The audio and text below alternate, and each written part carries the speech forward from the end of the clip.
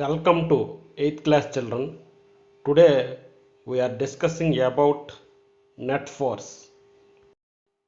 ఈ రోజు మనం ఫలిత బలం గురించి నేర్చుకుందాం. ఫలిత బలం net force. What is net force?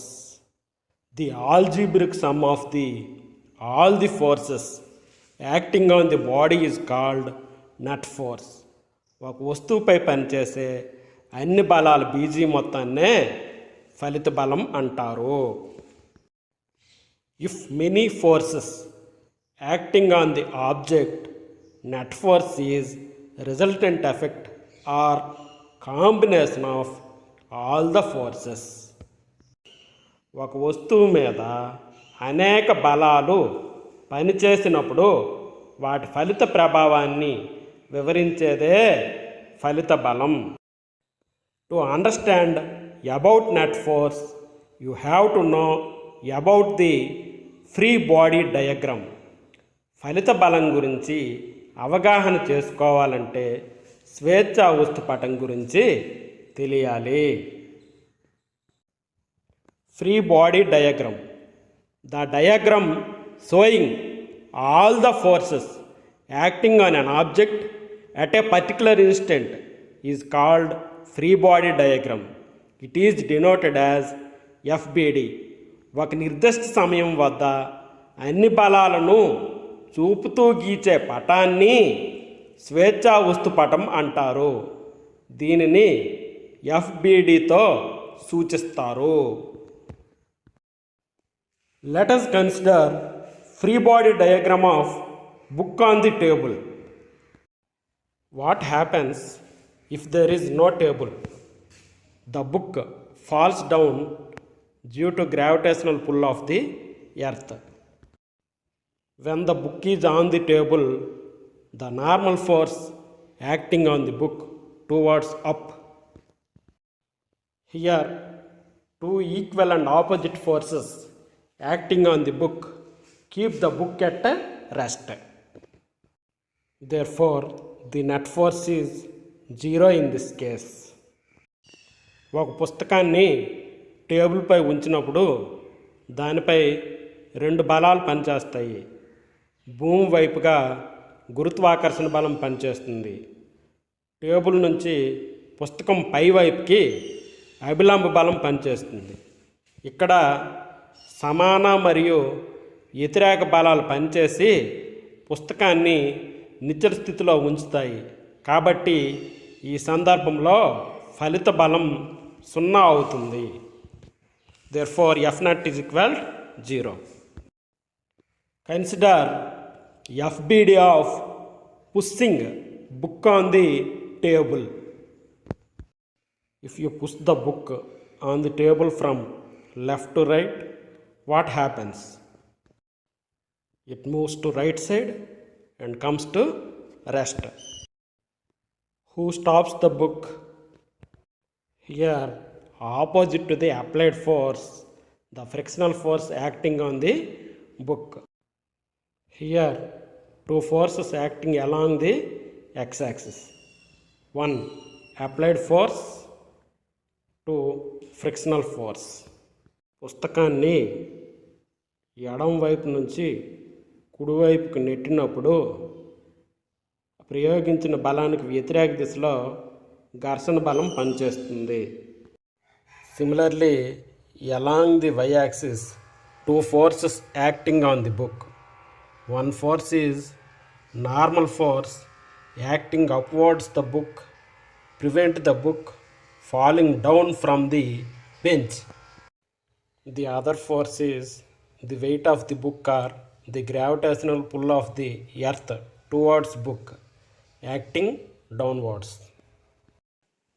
ఇక్కడ పుస్తకం యొక్క భారం క్రింది వైపుకు, పుస్తకం పడిపోకుండా ఆ భారానికి వ్యతిరేక దిశలో అభిలంబ బలం పుస్తకం పైవైపుకి పనిచేస్తుంది. వస్తువులపై బలాలు సరళ రేఖ మార్గంలో ఒకే దిశలో పనిచేస్తే ఫలిత బలాన్ని వాటి మొత్తంగాను, వ్యతిరేక దిశలో పనిచేస్తే ఫలిత బలాన్ని వాటి భేదంగాను తీసుకుంటారు. If forces acting on a body in straight line path in same direction, the net force is taken as sum of individual forces. And if the forces acting in opposite direction, the net force is taken as difference of individual forces.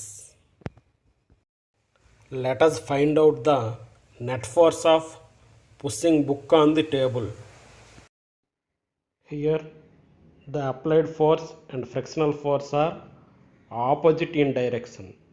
అంటే ప్రయోగించిన బలము ఘర్షణ బలం ఒకదానికొకటి వ్యతిరేక దిశలో ఉన్నాయి. Similarly, the normal force and the gravitational force are opposite in direction. అదే విధముగా అభిలంబ బలము మరియు గురుత్వాకర్షణ బలము ఒకదానికొకటి వ్యతిరేక దిశలో ఉన్నాయి. Let us apply coordinate sign convention to find out the net force. ఫలిత బలాన్ని తెలుసుకోవడానికి అక్షాల సంజ్ఞా సాంప్రదాయాన్ని ఇక్కడ ఉపయోగిద్దాం. Here the applied force acts along positive x-axis, so it can be taken as positive.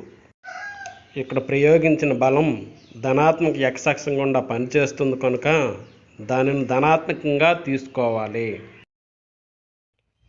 Here the frictional force acts along negative x-axis, so it can be taken as negative.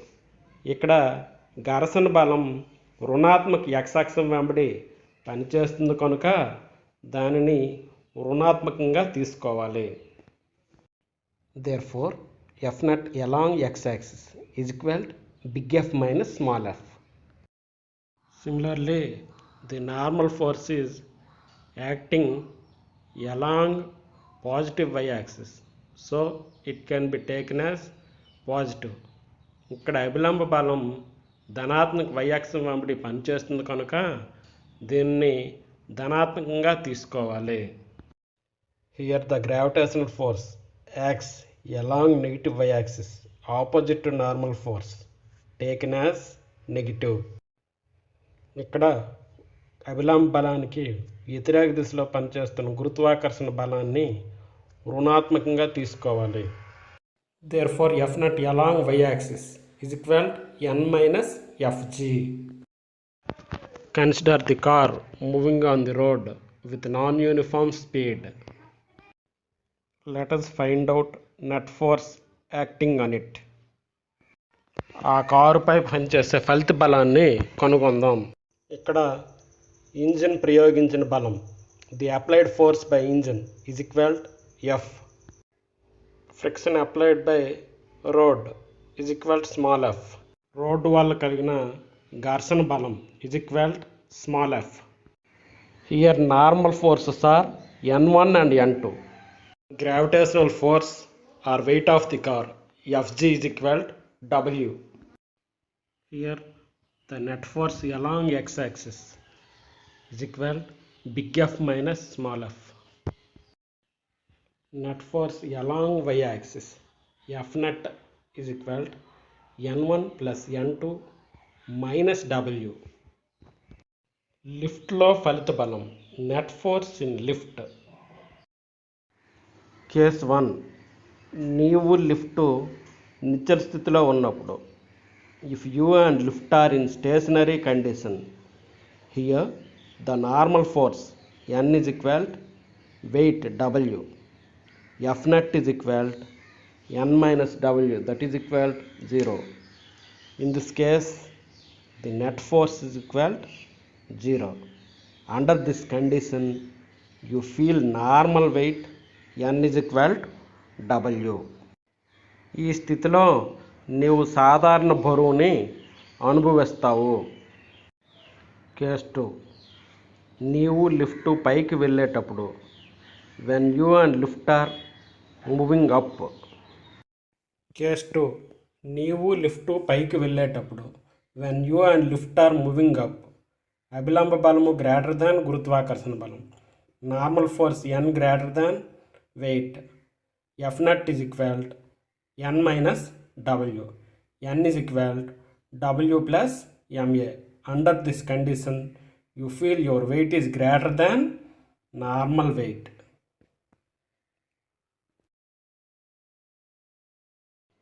ఈ స్థితిలో నీ బరువు సాధారణ బరువు కంటే ఎక్కువగా ఉన్నట్లు అనిపిస్తుంది.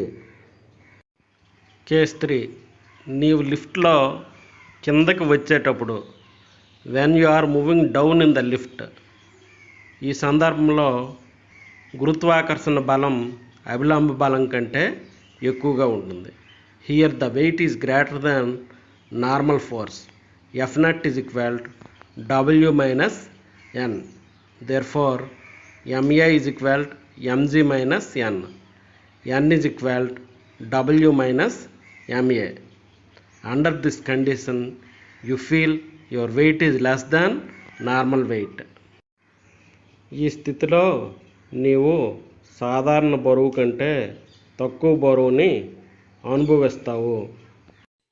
లిఫ్ట్కి సంబంధించిన మిగిలిన సందర్భాలు కూడా ఈ క్రింది పట్టికల్లో ఇవ్వబడ్డాయి, ఒకసారి గమనించండి పిల్లలు. 75 kg man stands on a scale in an elevator. When the elevator begins to rise, the scale reads 100 kg. What was the acceleration in factors of g? 75 kg మనిషి ఒక ఎలివేటర్లోని స్కేల్ మీద నిలబడ్డాడు. ఎలివేటర్ పైకి వెళ్ళేటప్పుడు స్కేలు 100 kg రీడింగ్ చూపించింది. అయినా త్వరణం మరియు గురుత్వ త్వరణం మధ్య సంబంధాన్ని తెలపండి. The scale reading is the normal force. ఇక్కడ స్కేల్ రీడింగ్ అనేది అభిలంబ బలాన్ని సూచిస్తుంది. ఎలివేటర్ పైకి వెళ్ళేటప్పుడు సమీకరణం ఉపయోగించగా normal force upwards is equal mg plus ma is equal 100 kgs. So this is equation 1. When man is at rest, the normal force n rest is equal mg is equal to 75 kgs. So this is equation 2. Now divide equation 1 with equation 2. Now you got acceleration of elevator is 1/3 of gravity. As acceleration is positive, we can say that the elevator is moving up. విద్యార్థులారా, tug of war ఆటలో ఫలిత బలాన్ని గురించి తెలుసుకుందాం. In a tug of war, each side exert a force on the rope. If the opposing forces are equal, they are balanced and the rope does not moves. Tug of war ఆటలో ఇరు పార్టీల బలాలు సమానంగా ఉన్నప్పుడు తాడు mark నుంచి ఎటువైపు కదలదు. ఈ విధమైన బలాలను సంతులిత బలాలు అంటారు. This type of forces are called balanced forces.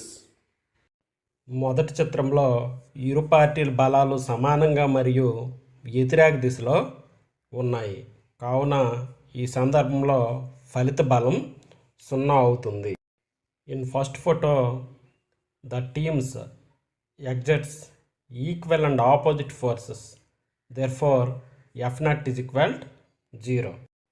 If one force is greater than the other, the forces are unbalanced and the rope moves in the direction of the greater force. రెండవ చిత్రంలో team 2 బలం ఎక్కువైంది కాబట్టి team 1ని marker దాటించారు. ఈ సందర్భంలో ఫలిత బలం F naught is equal 2600 newtons minus 2500 newtons, that is equal 100 newtons towards team 2. ఈ విధమైన బలాలను అసంతులిత బలాలు అంటారు. This type of forces are called unbalanced forces. ఈ చిత్రాన్ని పరిశీలించండి పిల్లలు. బాలుడు టేబుల్ని 500 న్యూటన్స్ బలంతో తోస్తున్నాడు. ఇక్కడ ఫలిత బలం యొక్క దిశ F naught is equal to 500 newtons towards left. A boy is pushing the table with 500 newtons force towards left. Therefore, F naught is equal to 500 newtons towards left. ఈ పటాన్ని ఒకసారి పరిశీలించండి పిల్లలు.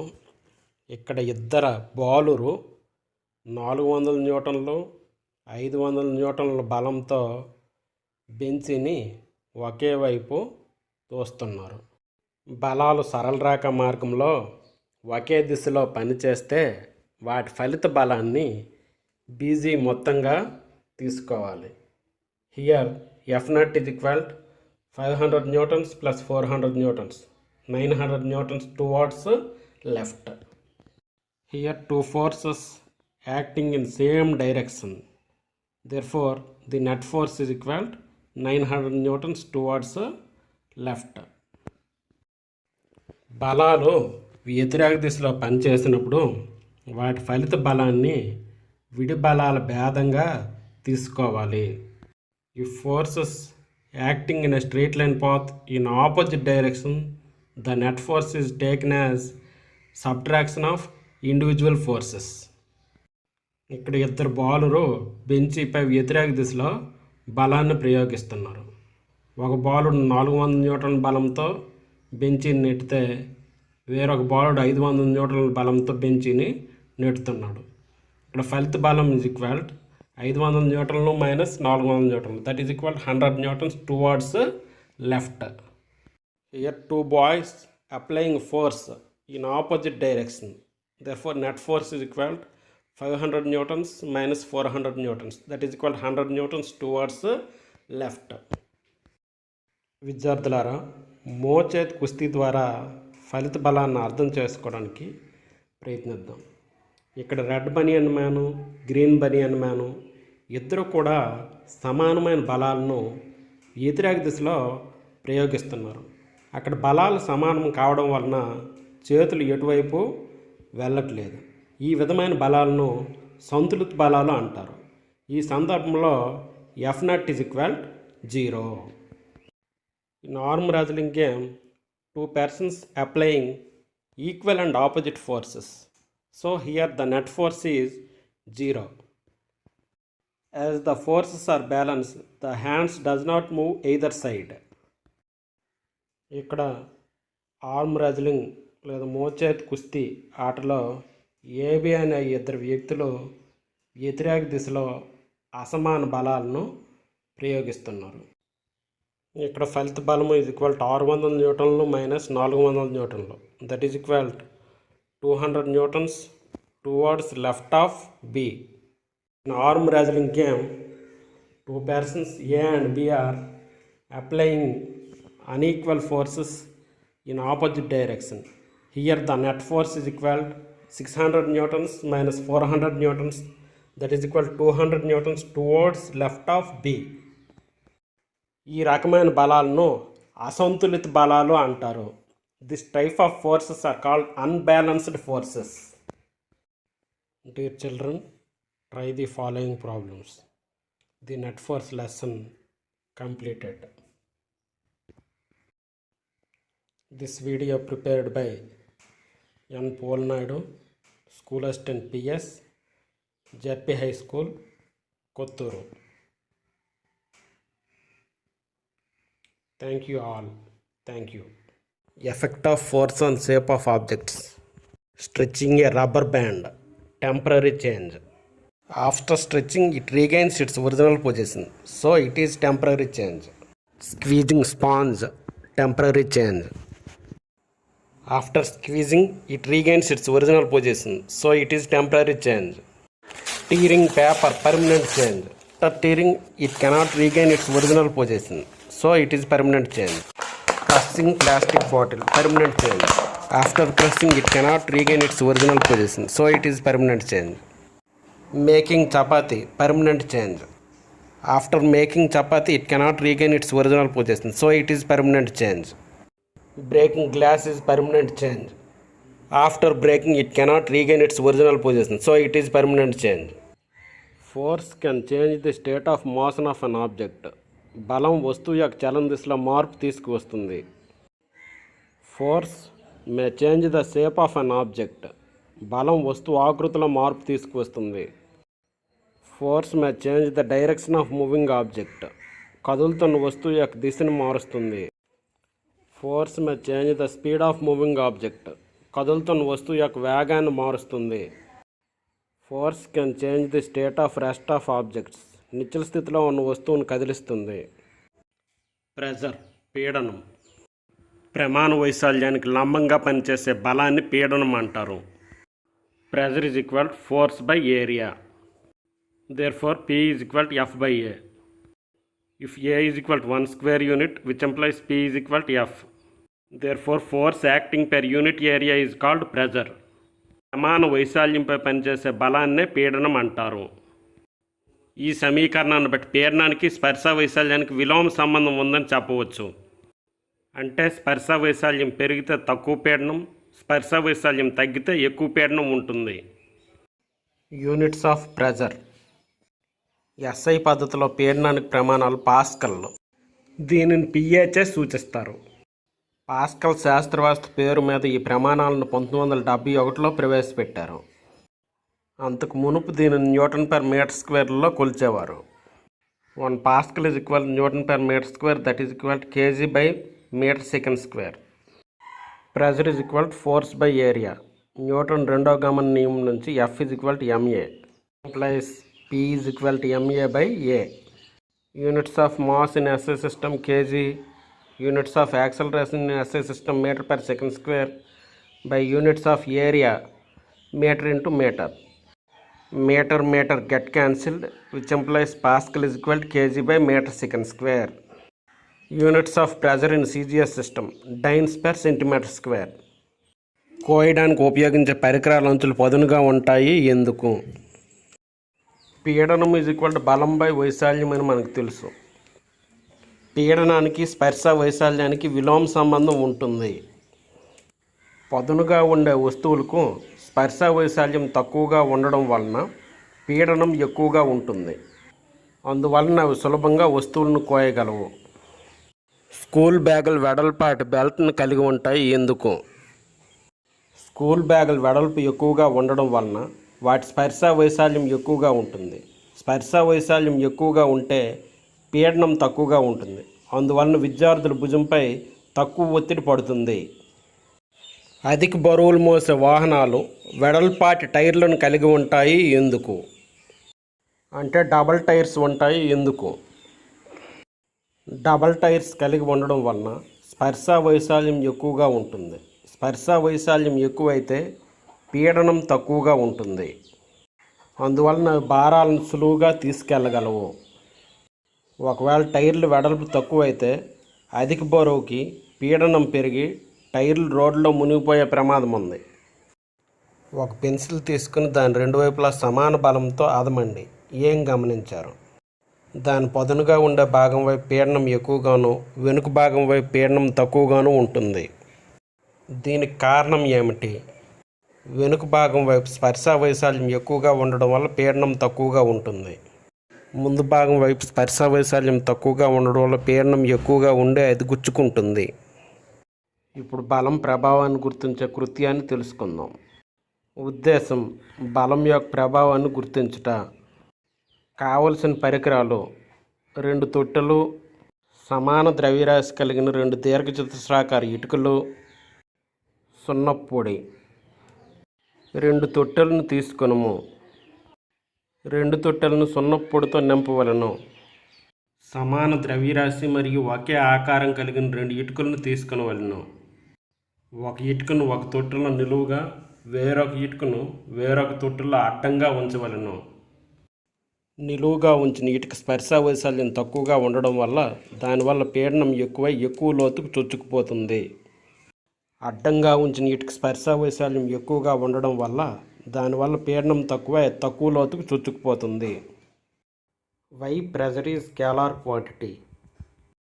పీడనం అదిశ రాశి ఎందుకు? ప్రమాణ వైశాల్యానికి లంబంగా బలం ఒకే దిశలో పనిచేస్తే పీడనం అన్ని దిశల్లోనూ పనిచేస్తుంది. ఒక స్థూల పదార్థంలో వేరువేరు కణాలను మృదువుగా భావిస్తే పీడనం అనేది మొత్తం కణాలకు సంబంధించింది. పీడనానికి ప్రత్యేకమైన దిశ అంటూ ఏమీ ఉండదు. ఉదాహరణకు ఒక బాంబు పేలేటప్పుడు అది గాలిలోని అన్ని దిశలను ప్రభావితం చేస్తుంది. అదే ఒక కారు దేన్నైనా గుద్దేటప్పుడు నిర్దిష్ట దిశలో గుద్దుతుంది. ఒక పరామితి అన్ని దిశల్లో ఏకరీతిగా ప్రభావితం చేస్తే దాన్ని అదిశరాశి అంటారు.